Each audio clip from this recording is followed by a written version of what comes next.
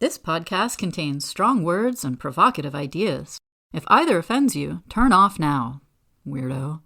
Oh, let me just quickly top up my Dutch oven on the rocks. Yes.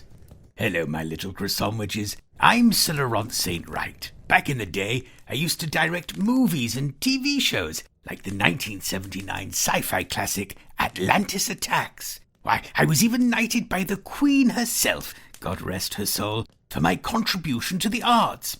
But this whole time, I've also been collecting a very specific form of art, literature-based erotica, or dirty stories, as the layman calls them, and I now own the world's largest private collection of these fictional sex-based texts, including the notes Kevin Spacey would give the young students in his acting class about how to listen and what vegetables he liked best up his arse. I've decided to share this legacy with you in a podcast and pass on some of its finer works. I also promise to read everything on the page, no matter how tasteless or crass. So, with the help of my beautiful cast, may I proudly present Erotica Verbatim.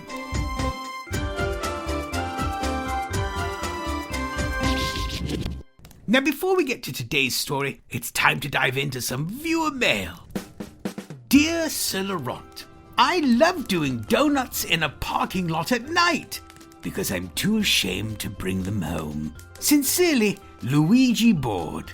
Oh, I know how you feel, Luigi. I do my best to keep my drinking a secret, and I can promise you no one knows when I steal a naughty sip.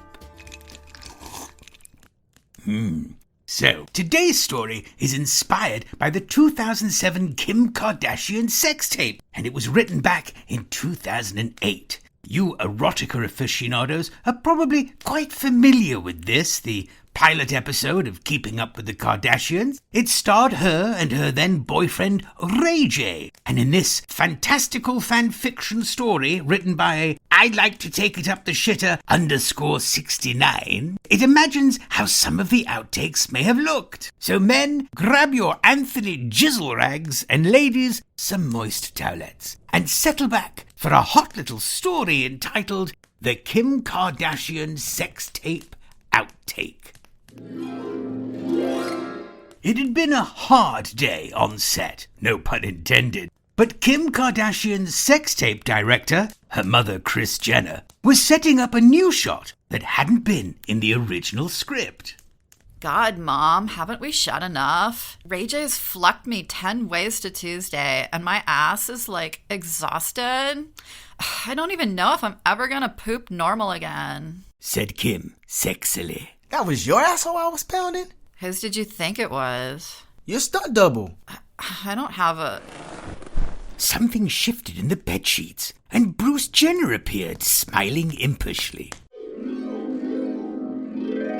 Oh, I do hate to break into the story here, but a quick note. This piece was written in 2008, before Caitlyn had assumed her natural identity. So in keeping with the spirit of Erotica Verbatim, I will not edit the story's characters nor pronouns. Sorry, guys, but I figured I'd help out. What? Just get out of here, Bruce. Bruce wrapped a sheet around him and skipped out of the room, skippily. Look, if you ever want a ticket to the Met Gala, you're gonna have to get inventive. You think they invite any old jizz-tape starlet with delusions of grandeur? Fine. Then what is it you want us to do next? I want you guys to try the pretzel dip. About time, 'cause I'm hungry as fuck. Ugh, it's a sexual position, Ray J. Kim, lay down on your side, and Ray J, kneel between her thighs and straddle her bottom leg. Why are we doing this? Well, it says in the book that you get the deeper penetration of doggy style while still being able to make eye contact. I'm sick of looking him in the eye. And I'd rather eat a pretzel. Do we got any pretzels? No. Jesus. Fine, I'll move on. How about the cowgirl's helper? Do I look like a female cow to you? People knew what I had to deal with.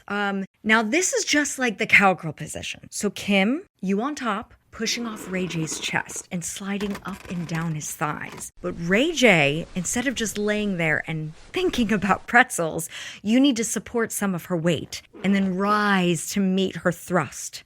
You think you can do that? Have you seen this bitch's ass? It weighs about 1,000 pretzels. Fine.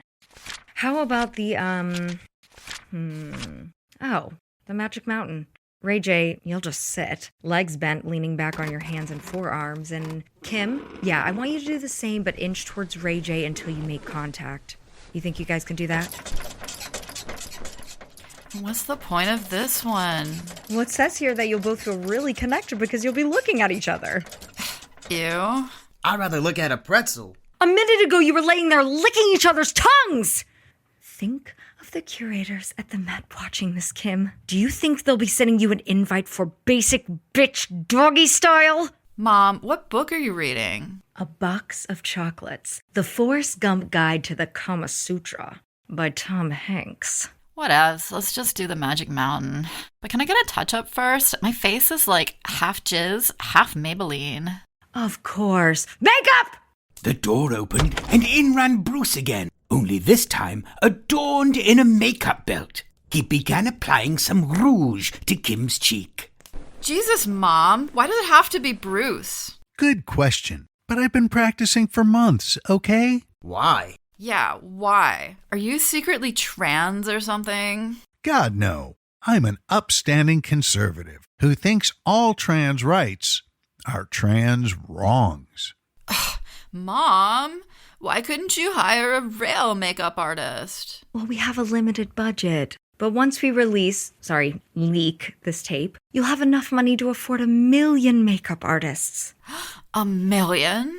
Well, if you're going to be that rich, maybe go another route. What's that? Well, you might want to consider a nose job, a boob job, liposuction, a lifted hairline, cheek fillers, and a Brazilian butt lift. If you did, you would need 1 million hair and makeup people. How do you spell liposuction? Said Bruce, writing Ray J's suggestions on his hand with an eyeliner pencil. Mom, Bruce is being creepy again. Okay, enough of the touch-up. Get out of here. Bruce gathered his brushes and simpered from the room, simperingly. Okay, we've got time for one more position. How about we try the pinball wizard? Does that mean one of us has to be deaf, dumb, and blind? Mom, Ray J is making obscure 70s pop references to The Who again. Okay, Kim, you get into a partial bridge position, like a pinball machine. Yeah, and rest your weight on your shoulders. And then Ray J, you now enter her from a kneeling position. Oh, yeah. Right there. Ow! What? Ray J just yanked real hard on my nipple. My bad. I got so into it I thought I was releasing the pinball. Guys, can we just fucking finish this? No, I'm done. Cut, wrap, print, whatever. I'm never doing one of these again. Ow! What the hell? Kim held up a sharp acrylic fingernail. This just went up my ass. Whose is this? Bruce slinked back into the room slinkily and glued the nail back on his pinky. Oh, sorry, that's my, Coke nail? Whatevs. Now, before we go, we gotta scoop up all of Ray J's cum. Those vagina-scented candles I'm gonna sell onto Gwyneth Paltrow ain't gonna make themselves. The end.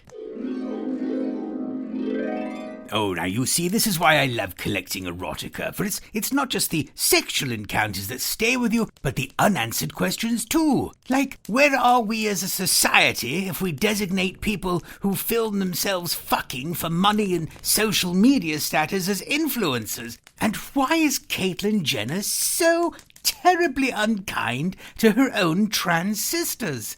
Well, until next time, sweet dreams, my little croissant-widges. You've been listening to Erotica Verbatim, created, written, and produced by Hayden Black, edited by Joe Lorigo, and starring Hayden Black, Sarah Oleksyk, Kevin Richmond, Dr. David Robinson, and Emily Kincaid. If you had a laugh, please recommend us, and don't forget to subscribe.